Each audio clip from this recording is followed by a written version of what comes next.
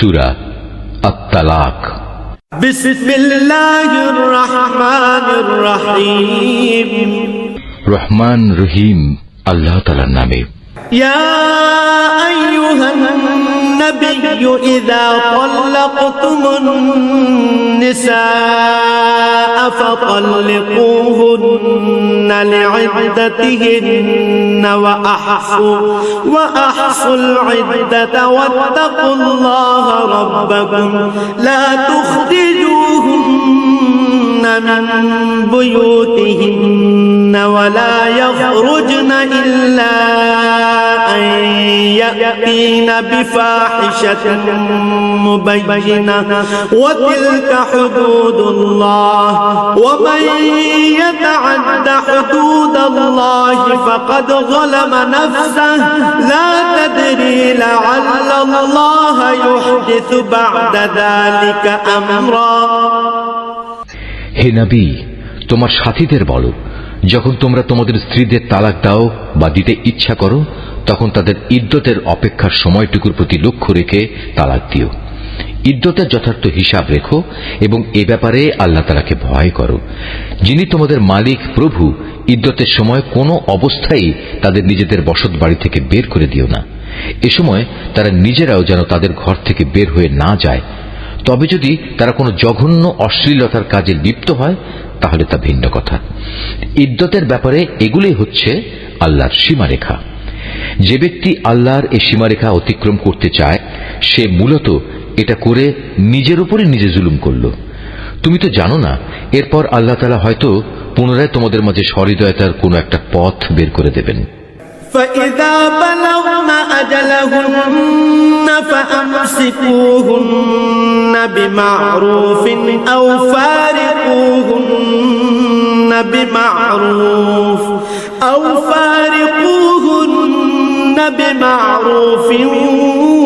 وأشهدوا ذوي عدل منكم وأقيموا الشهادة لله ذلكم يوعظ به من كان يؤمن بالله واليوم الآخر ومن يتق الله يجعل له مخرجا।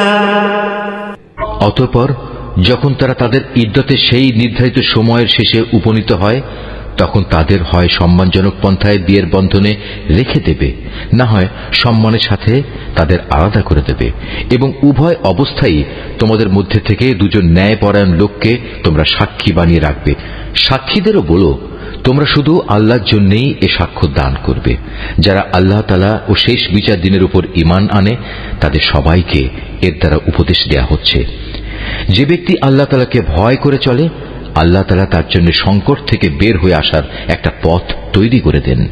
وَيَرْزُقْهُ مِنْ حَيْثُ لَا يَحْتَسِبُ وَمَنْ يَتَوَكَّلْ عَلَى اللَّهِ فَهُوَ حَسْبُهُ إِنَّ اللَّهَ بَالِغُ أَمْرِهِ قَدْ جَعَلَ اللَّهُ لِكُلِّ شَيْءٍ قَدْرًا।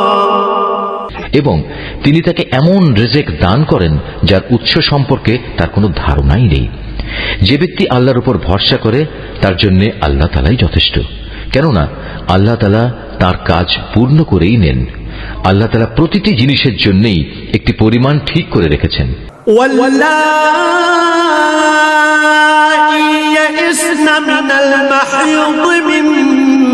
نسائكم إن ارتبتم فعدتهن 3 أشهر واللائي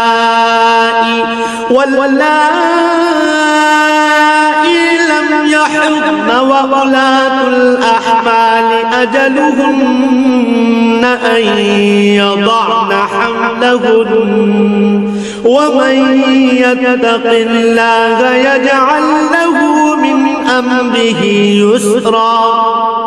তোমাদের স্ত্রীদের মাঝে যারা ঋতুবতী হওয়ার ব্যাপারে নিরাশ হয়ে গেছে, তাদের ইদ্দতের ব্যাপারে তোমাদের কোনো সন্দেহ থাকলে তোমরা জেনে রেখো, তাদের ইদ্দতের সময় হচ্ছে 3 মাস। এই 3 মাসের বিধান তাদের জন্যও যাদের এখনো ঋতুকাল শুরুই হয়নি। গর্ভবতী নারীর জন্য ইদ্যৎকাল হচ্ছে তার সন্তান প্রসব হওয়া পর্যন্ত। বস্তুত কেউ যদি আল্লাহকেই ভয় করে, আল্লাহ তাআলা বিভিন্ন ধরনের সুবিধা দিয়ে তার জন্য তার প্রত্যেক ব্যাপার সহজ করে দেন।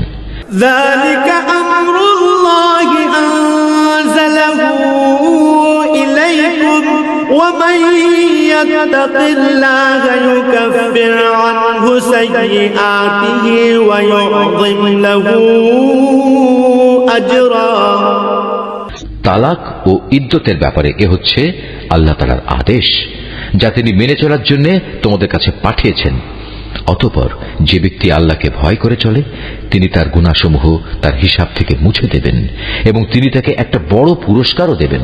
আসকিনুহুন্না মিন হাইথু সাকানতুম মিন ওয়াজদিকুম ওয়া লা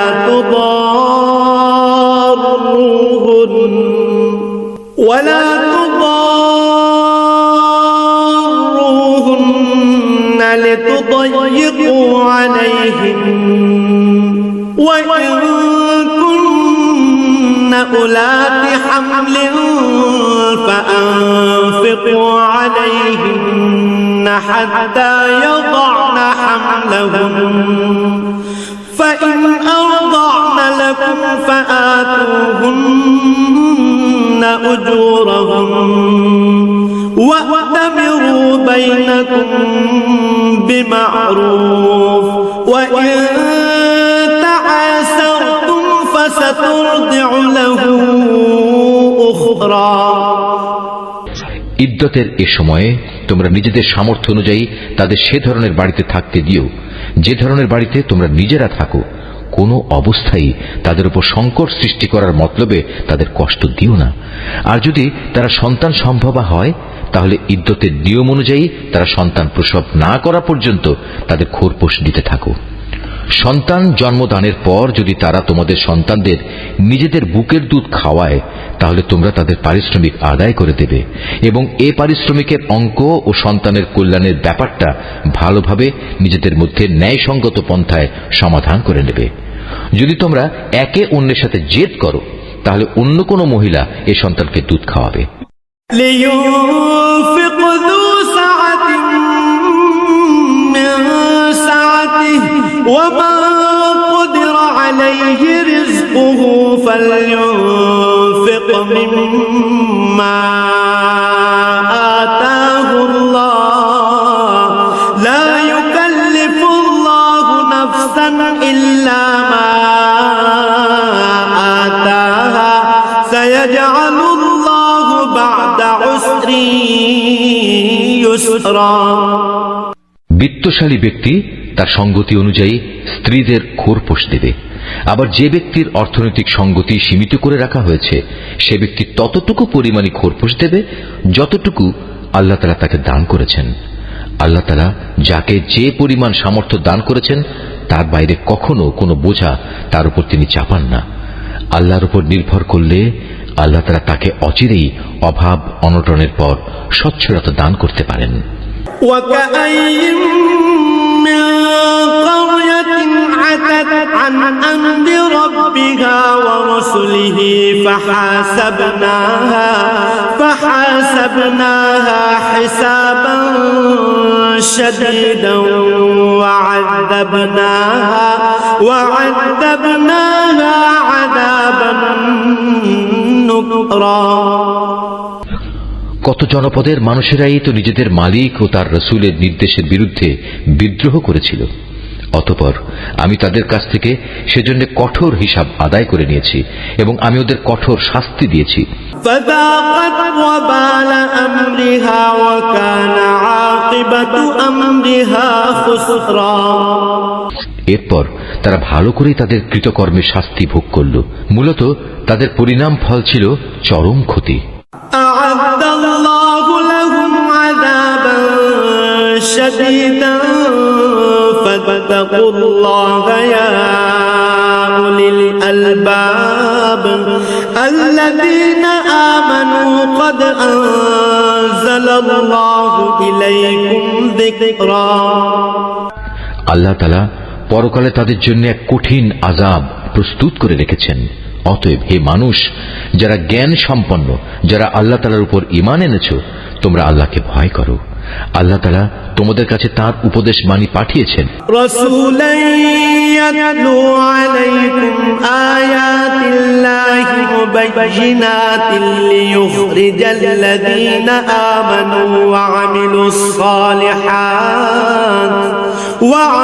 الصالحات من الظلمات إلى النور ومن يؤمن بالله ويعمل صالحا يدخله جنات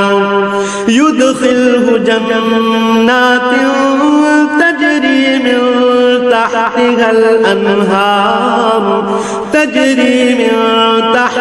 الأنهار خالدين فيها أبدا قد أحسن الله له رزقا তিনি আরো পাঠিয়েছেন তার রসুল, যে তোমাদের আল্লাহর সুস্পষ্ট আয়াতসমূহ পড়ে শোনায়, যাতে করে সে রসুল তোমাদের সেসব লোকদের যারা ঈমান এনেছে এবং ভালো কাজ করেছে তাদের জাহেলিয়াতের অন্ধকার থেকে হেদায়েতের আলোতে নিয়ে আসতে পারে। তোমাদের যে কেউই আল্লাহর উপর ঈমান আনে এবং ভালো কাজ করে, আল্লাহ তাআলা তাকেই জান্নাতে প্রবেশ করাবেন, এমন এক জান্নাতে যার তলদেশ দিয়ে ঝর্ণাধারা প্রবাহিত হবে। সেখানে তারা অনন্তকাল ধরে অবস্থান করবে। এমন লোকের জন্য অবশ্যই আল্লাহ তাআলা উত্তম রিজিকের ব্যবস্থা করে রেখেছেন। আল্লাহুল্লাযী খালাকা সাবআ সামাওয়াতিন ওয়া মিনাল আরদি মিথলাহুম ইয়াতানাজ্জালুল আমরু বাইনাহুম لتعلموا أن الله على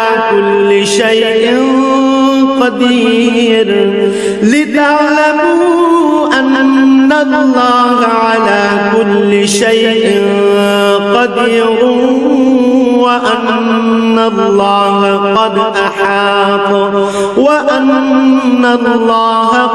أحاط بكل شيء علما আল্লাহ তাআলা যিনি এ সাত আসমান ও তাদের অনুরূপ সংখ্যক জমিন সৃষ্টি করেছেন, আবার উভয়ের মাঝখানে যা কিছু আছে তাদের জন্য তার নির্দেশ জারি হয়, যাতে করে তোমরা একথা অনুধাবন করতে পারো আকাশ পাতালের সকল কিছুর উপর তিনি একক ক্ষমতাবান, এবং তার জ্ঞান এ সৃষ্টিলোকের প্রতিটি বস্তুই পরিবেষ্টন করে রেখেছে।